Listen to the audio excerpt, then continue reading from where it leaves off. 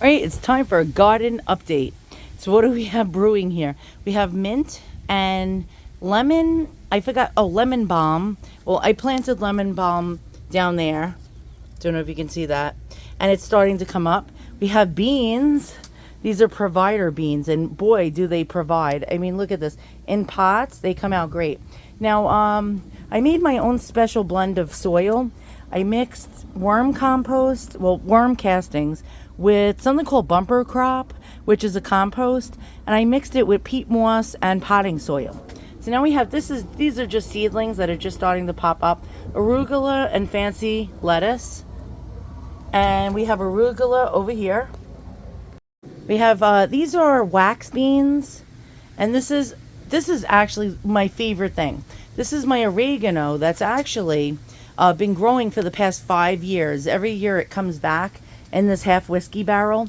We got sweet peppers. Right now the shading is a little off because the sun is not at 12 o'clock. But we have sweet peppers.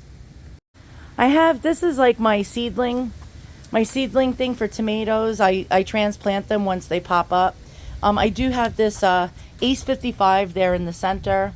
We have some San Marzanos and Romanos. Romanos? Are they Romano? My brain is like a little drippy right now. So these will be transplanted into another spot. But this is my Ace 55. I love Ace 55 because it's a very compact tomato. It makes nice vine ripe tomatoes, but the plant does not get like really huge. So you really don't even need a big hoop for it. Okay, so we got arugula. Now I grow it in all different because my husband eats it as a salad. He also sautés it as well, but mainly in salad with tomatoes and oregano and basil and herbs.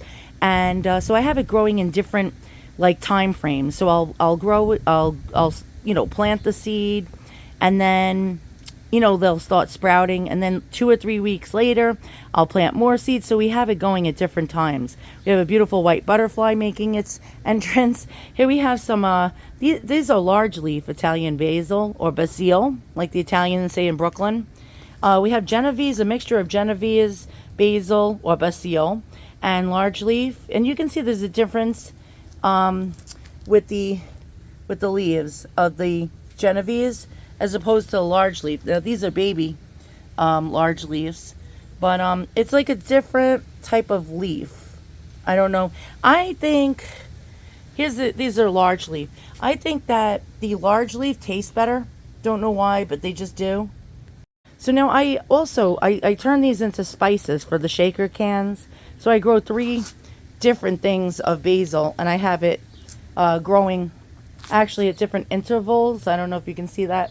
So we have small, medium, and large over there. All right, so these big giant beans. These are multiple pots. I don't know if you can see this. These are, I think, 5-gallon pots. And I have a multitude of them growing all amongst each other.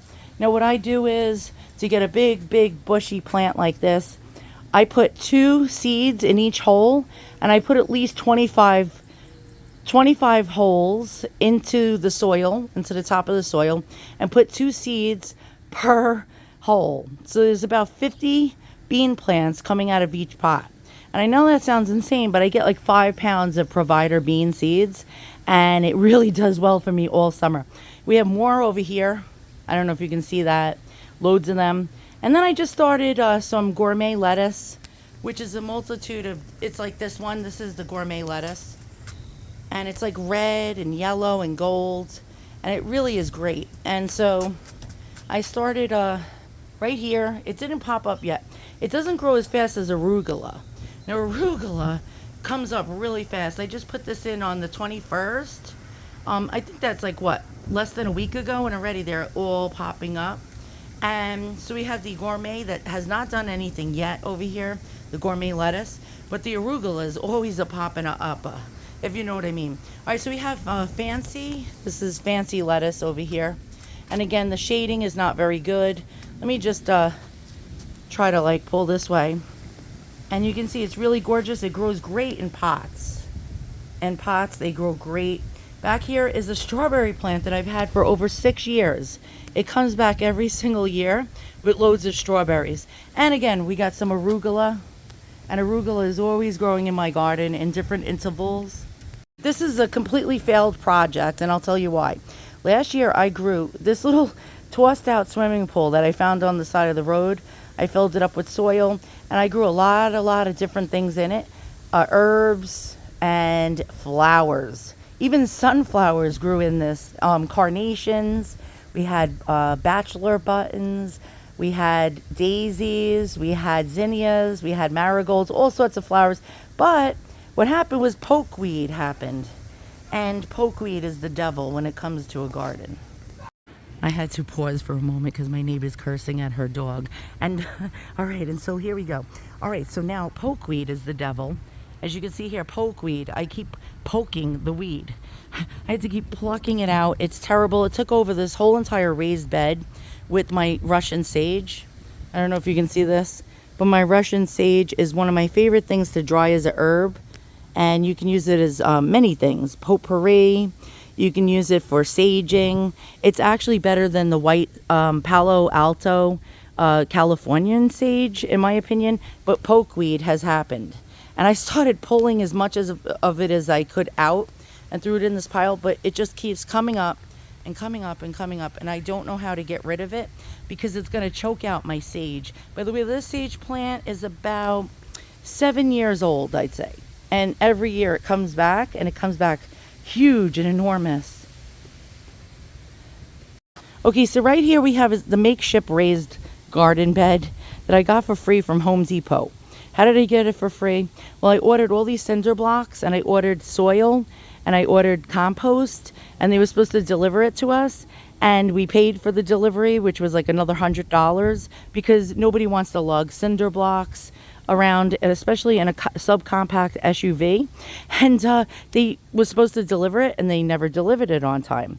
And then he said the next day it would be delivered, and it wasn't delivered. And then they said the next day it was going to be delivered, and this went on for over 10 days until I called up Home Depot and I complained, and they gave me all these cinder blocks for free, including about 200 pounds of soil and compost, and the total was over $350. They gave this all to me for free. Thank you, Home Depot. So what we have growing in intervals, because again, I told you I plant things at different times. We have arugula, actually here. We have gourmet lettuce just popping up, dated June the 14th. We have, this is really cool. This is Norwegian spinach. I believe it's called Norwegian spinach. Well, it's a Norwegian type of spinach that's really not a spinach, but it is a spinach. And then we have gourmet lettuce. Now, I just cut this because my husband wanted arugula, so it's not, the plants were huge. And there we go. We have some more arugula. We have the spinach, and we have tomatoes thrown in there by seed. And the funny part is my husband is not a gardener. I'm not an expert gardener myself, but I'm much more advanced than he is. And I asked him to please tag whatever. Now I had like 6 different tomatoes to plant.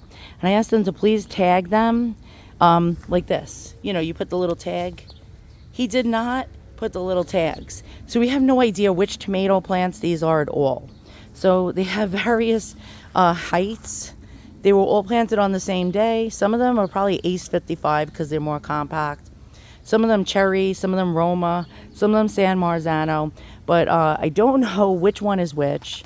And I don't think I'm going to know which one is which until a tomato starts to come on them. Now, this was planted I'd say about 45 days ago. And they're already getting flowers on them. Don't know if you can see, but we're already getting some. That's going to turn into tomatoes. So those little flowers actually turn into tomatoes, which is quite cool. Always get hoops if you're going to do this. Actually, this is like substandard. You really need like plywood, and really tall plywood, like 8 feet tall, and then actually tack your tomato plant to it. But when you're in a pinch, you get these cheap hoops, and they usually collapse on themselves, which sucks. Again, like I mentioned, pokeweed is the devil, and I can see it starting to poke, and I had to keep pulling them out constantly. And I'll show you my pokeweed pile. Like pokeweed, this is like dead pokeweed, but it was over 15 pounds of pokeweed. I threw it down into the burn pile, Pokeweed is the worst thing ever for your garden. Now, believe it or not, I just cut this. This was double the size. This is actually really amazing oregano because it's Greek oregano. For some reason, it grows out of the bricks. I'm not kidding you. A seed must have dropped in there like 2 years ago. A seed must have dropped in there from the rest of the raised bed into one of the bricks, and it turned into 2 separate plants growing out of the bricks. And as you can see, it started, unfortunately, it started flowering already.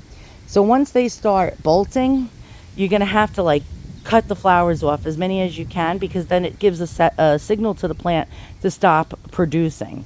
And so this grew in, look, I'll show you, out of bricks. These type of bricks, which has pokeweed in it, by the way, that I have to pluck out, and clover. But it grew out of these bricks. And wow. I did not even realize that you can put dirt into these bricks and grow flowers going along your bed, which is a great thing. So if Home Depot, you order from Home Depot and they pull that trick on you where, oh, yeah, we're going to deliver it. You pay all this money for delivery, and then they don't deliver it. Argue and argue and argue with the manager, and you'll end up getting the bricks for free. By the way, the funniest part was that when I argued with the store manager over the phone, he sent people from that actual work, like actual workers that worked in the Home Depot store in their own personal flatbed truck to deliver it that same day, after I told him I was going to report him to the district manager, because I mean, it's ridiculous. You pay all that money for shipping and then they don't deliver it, and I had a deadline to grow my vegetables. All right, so we had the walk of the garden, how it's going so far. It's really great to be able to go out in your own yard and to take a pair of scissors, and to clip your own vegetables and your own herbs and your own fruits or whatever you may have, and take it inside the house and just cook with it. I mean, it's fantastic. Okay, one more cool thing was Lowe's had this like clearance sale, and we got this great big tree for $5. It was supposed to be like a crabapple tree, but what they do is I forgot what they call it, but they use like an apple tree as a base. So it's supposed to be weeping. It was supposed to be a weeping tree. And you're supposed to cut it. You're supposed to clip it when it starts growing upwards. You're supposed to clip that to keep it compact and small. But it actually reverted back to the original tree that it was, an apple tree. So we got apples. I don't know if you can see. And so now they turn reddish. So I believe they're Macintosh, which is really, really quite cool. So we get Macintosh apples now from a $5 clearance tree. Go to the clearance section in Lowe's and you'll end up with amazing trees at the end of the season. I'll show you some other trees we got. So for $5, we got this weeping cherry tree. And by the way, the clearance rack, they're almost half dead, but you can bring a lot of them back to life. What else do we got? We got the apple tree. We got actually another one of these cherry trees for the front of the house. And we got 3 Bradford pears for the front of the house. Each one $5. And we got the forsythia. The forsythia, if I'm pronouncing it incorrectly, don't say anything in the comments below. But we got this big, huge forsythia, actually for $5. We got another one over here behind the ugly chairs that are like about to disintegrate. Again, $5. I don't know if you can see this, but look at this. $5. It was near death, but we brought it back.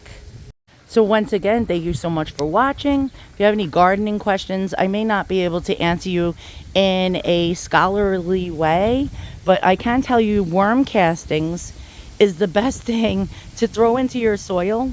And I'll show you what I use. This stuff, Wiggle Worm Soil Builder, pure worm casting. This is the best shit ever. It's a 30-pound bag. I get about 4 or 5 of them. Well, you saw the size of like the stuff I'm growing. I get at least 4 to 5 of them. And then I get that bumper crop soil builder, and it's over here under the shovel. But I don't know if I can even show it to you. It's organic. So it's another thing, has really good stuff in it. All right, so I'll see you guys on the next one.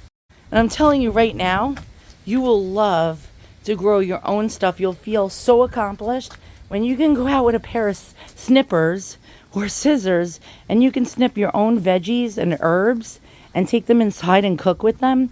You'll thank yourself, because with the prices of grocery store food, especially this is all organic, get heirloom seeds.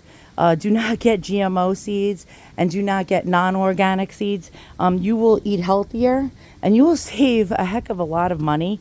You do not want to pay the inflationary grocery store prices, and you will be a lot happier with yourself if you can do something like this. You can do it on your patio. If you have like a balcony and you live in an apartment, you can do that as well. So you don't even have to have a big house with acres and acres of land, which we don't have. Thanks for watching. See you guys all soon, and so long.